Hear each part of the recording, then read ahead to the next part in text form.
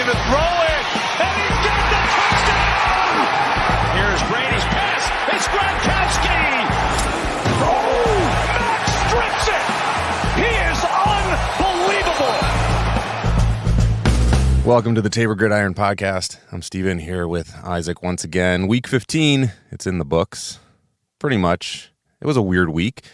A lot of rescheduled games, some interesting, we'll just kind of leave it at that. And, we had two Tuesday night games, and Monday night had 2 games as well. That was kind of rare.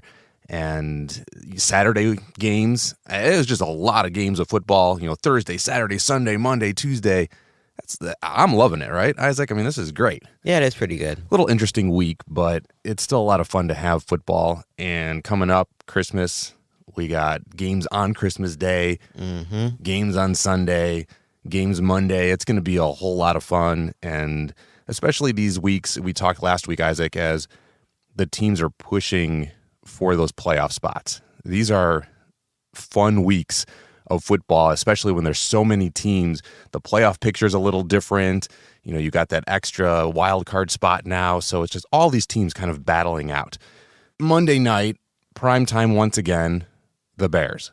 What do you think, Isaac? I think, we can just say they tried. And honestly, they did try. They didn't do very well. I mean, we did get embarrassed on national television.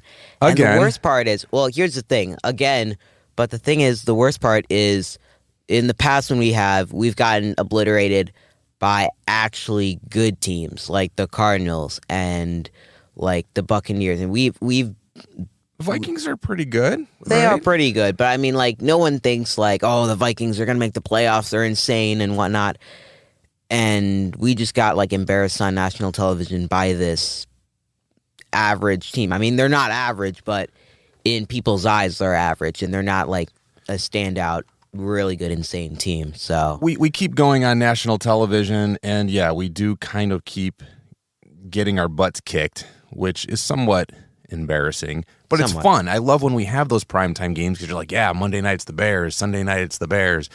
So I want to get your opinion on Justin Fields, Isaac. Okay. But first, we do have a guest today, and I know you're excited about this, Isaac, as well.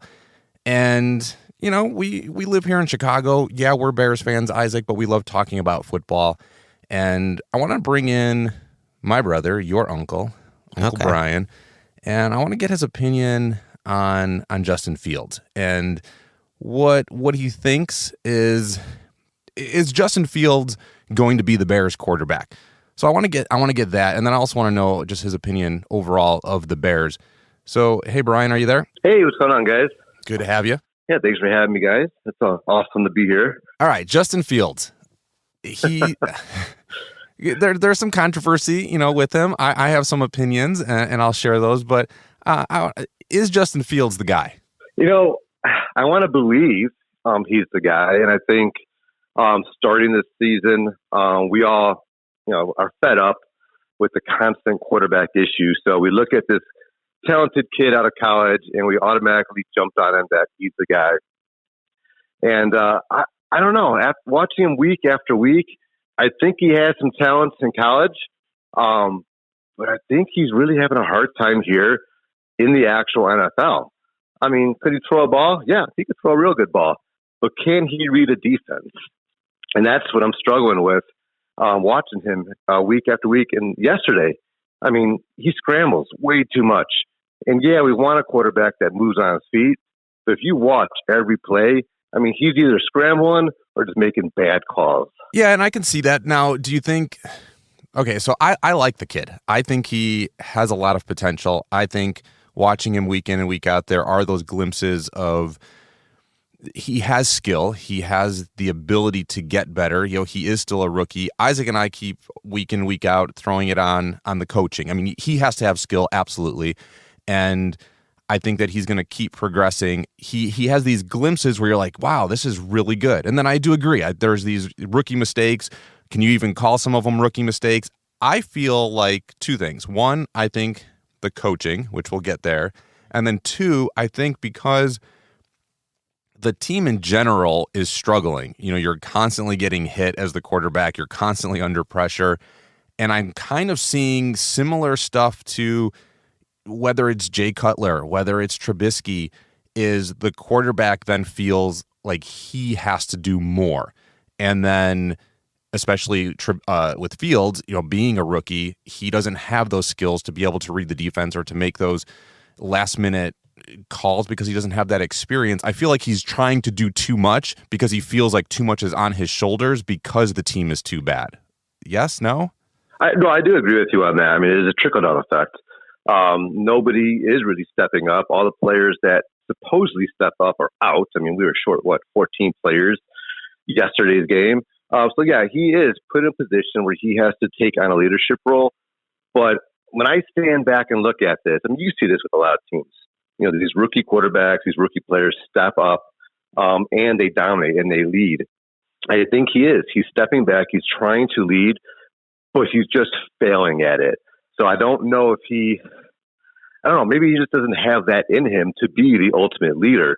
And some of it is with the coaching. I mean, I'm going to tell you, watching Nagy break down yesterday, that was a little embarrassing. You want a coach that's fired up. He embarrassed himself. I think that was that shows you what the overall Bears are like. They just embarrass themselves. Yeah, it was pretty embarrassing. Yeah, for sure. Yeah. It was pretty embarrassing. Again, I like the fact that he is stepping up, that he was kind of getting, but I agree, he went too far, and you're not to see that. It felt like he was getting to that breaking point. He knows his job's on the line, so he's trying to show that he's all in, but I think that it really did backfire, on that. Isaac and I'm a huge Mac Jones fan. So Patriots rookie quarterback, I'm jumping on the bandwagon. I've seen a lot of games now with him. I've been watching all his highlights. The kid has talent. The kid definitely is an athlete. I would not say that he's this amazing quarterback right now. I think he has a lot of potential, but you watch him play and it's amazing the play calls that he's making, the choices that he's making, how he's throwing the ball, the mechanics of what he's doing. And I really feel like that is all coaching. When you have somebody like Belichick, when you have somebody like McDaniels that's just constantly working with you, and I feel like if you put Justin Fields in with Bill Belichick right now, he's a different quarterback. I feel if you put Mac Jones right now on the Bears, everybody would be booing him and talking about how, he's not going to make it in the league. So I really do feel like it is that coaching team that's around you and how you're developing him.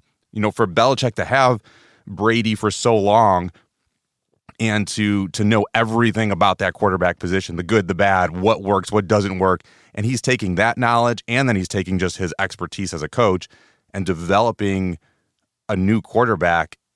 It's amazing the fact that a rookie quarterback is even doing as well as he's doing in the Patriot system.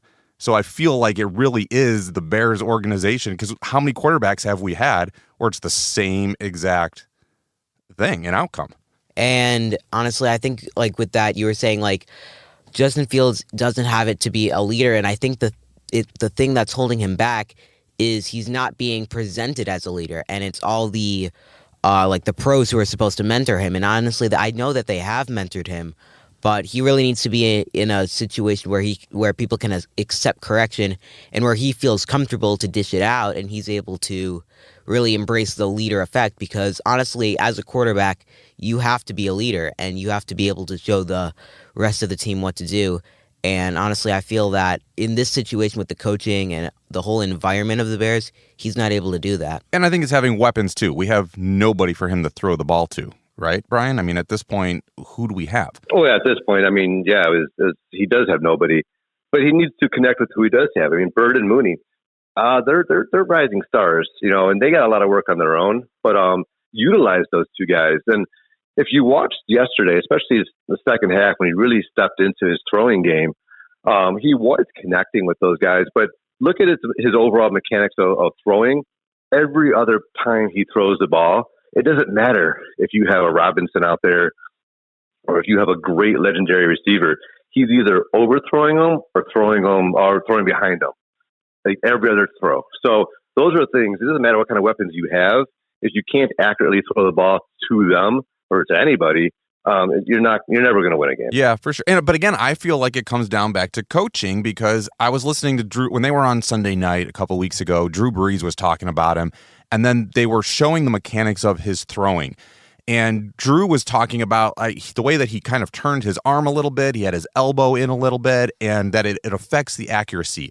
And he, was going through all the details of it and said, those are things that he needs to clean up. He's like, the Bears will eventually work on that. Once he kind of starts working on those mechanics, he's going to be a better quarterback. And that's, again, typical of rookies, and where the coaching has to step up and say, okay, this is what we're going to do. This is how we're going to change things. And again, I feel that's where Mac Jones is different. Belichick and McDaniels aren't going to let you get away with that. They're working on those mechanics right now. And I feel like, again, you're put in a different organization. It's that coaching of the little details of going, this is what we got to change because it's going to make you better, rather than we're just throwing him in, making horrible play calls, putting him in bad situations to help him get that game experience. But I feel like the game experience is almost making him worse because it's a bad game experience. Yeah, and I agree 100% with you there. He needs the experience, and it's awesome that he's playing through the season. But, how much of this experience, like you're saying, is bad for him? We see too many quarterbacks throughout the league that don't get the proper coaching, and they develop this style of play, and then they become seasoned quarterbacks that never go anywhere. Hence, a couple of quarterbacks we have on our team right now. So if it's about coaching, it's about honing in a mechanic, when do we actually step up and give this guy a good coaching staff? They need this. I don't know. Something needs to be shooken up from the top down. I don't think it's just coaching. I don't think it's just pace. Do McCaskey's at this point, do they got to give up the team? I don't know. There just needs to be a huge organizational shakeup right now. And I love when they were talking about Monday Night Football of going, Chicago is a great sports city. We have great fans, and the Bears fans, football fans, deserve better than what we're getting year in and year out. I have two things for you, Brian, before we let you go. Really quickly, the refs.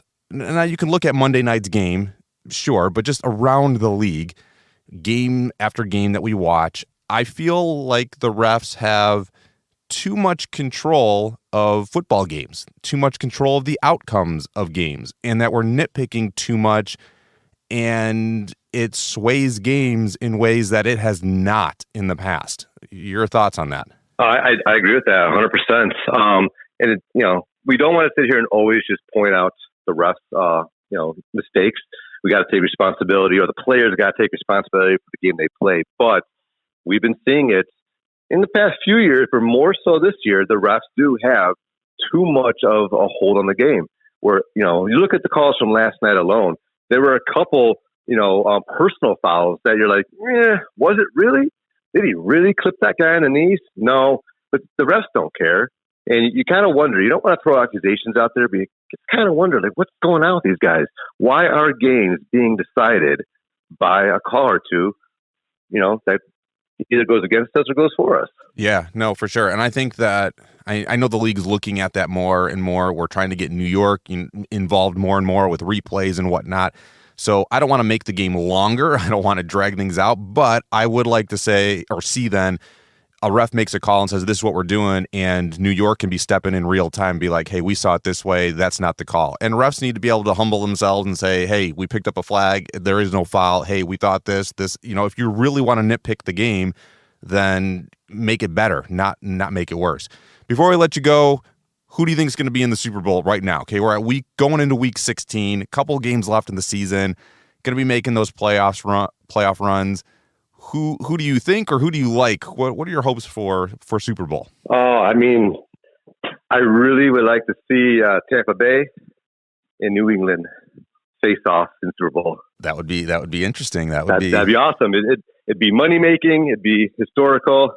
But I honestly, we just start watching other games and looking at other teams.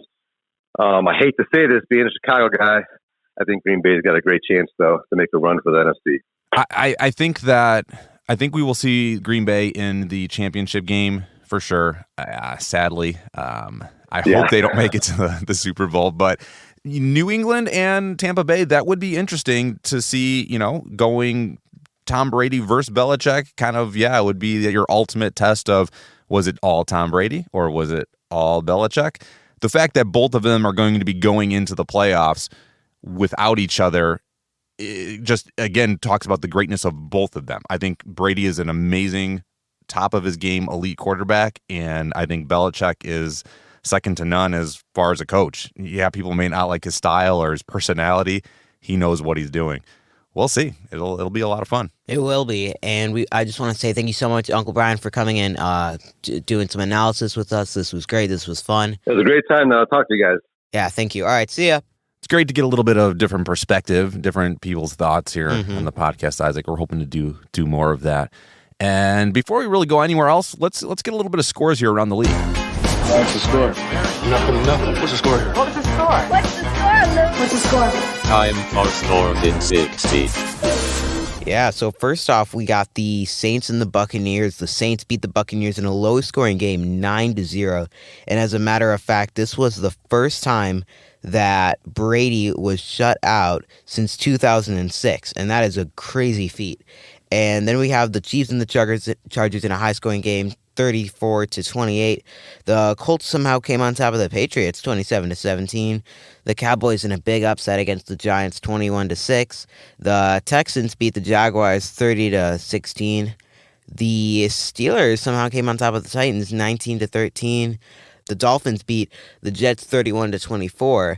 The Lions, in probably undoubtedly the biggest upset of all time against the Cardinals, 30-12. The Bills beat the Panthers in a big scoring game, 31-14. The Bengals beat the Broncos with 15-10. The 49ers beat the Falcons 31-13. The Packers sadly came on top of the Ravens 31-30. The Raiders came on top of the Browns in a very good game, 16-14, and embarrassingly but truly, the Vikings beat the Bears 17-9. Yeah, it was a pretty bad Monday night game there. A lot of teams, Chiefs taking on the Chargers. That was a great game. Chiefs are kind of stepping into themselves a little bit. Yeah, they found Indianapolis. The defense for the Colts is really stepping up, and they walked all over the Patriots again. I think Mac Jones is doing a really good job. My biggest concern with that is, can Carson Wentz do enough to help the team continue to win? I don't know. That's going to be interesting to watch and see. The Cardinals doing so good for so long, and then the last couple of weeks they kind of fell apart. Got beat by Detroit. Come on. Yeah, that was pretty sad because honestly, Detroit, I was going to say used to be, but it was never really a name that really invoked fear. It was kind of just another team, and now in this year, it was kind of just the worst team of all time. And the surprising thing is Jared Goff is actually tied for the 6th longest winning streak against a single opponent, and that opponent is the Cardinals. And you're wondering, how on earth is he have like the 6th longest streak against, of all teams, the Cardinals? And this was their last loss against the Cardinals was in 2015.